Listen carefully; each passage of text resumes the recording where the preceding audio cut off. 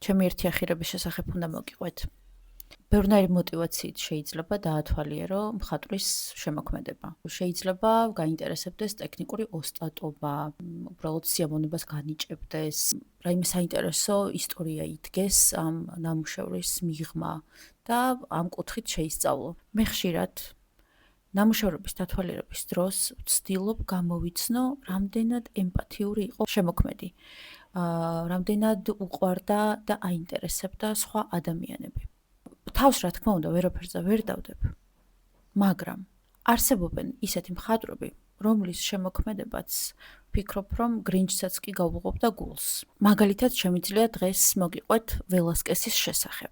მიუხედავად იმისა, რომ ველასკესი მსახურობდა ესპანეთის მეფის ფილიპე მეოთხის კარზე და ძალიან ხშირად უწევდა სამეფო ოჯახის წევრების პორტრეტების შექმნა, მისი შემოქმედება სავსეა უბრალო ადამიანების გამოსახულებებით.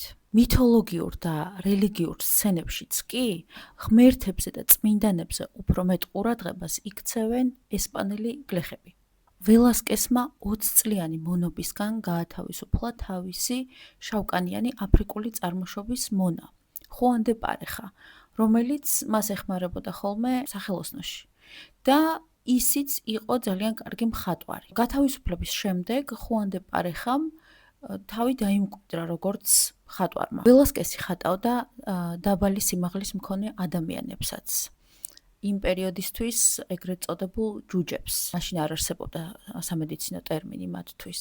ყველაზე საინტერესო ის არის, რომ ძალიან კარგად ჩანს და იგრძნობა, რომ ველასკესი მათ ხატავს სიყვარულით და არა იმიტომ, რომ მათი გარეგნული დეფექტი აინტერესებს. მართლა უყვარს ეს ადამიანები და მართლა ინტერესდება.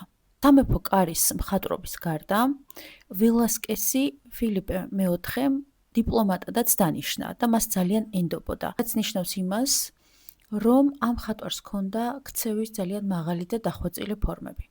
მისი დიპლომატიურობა და სიფრთხილე ადამიანების მიმართ მის პოლიტიკურ ნამუშევრებშიც იგრძნობა და ერთ-ერთს აუცილებლად მოვიტან და გავარჩევ.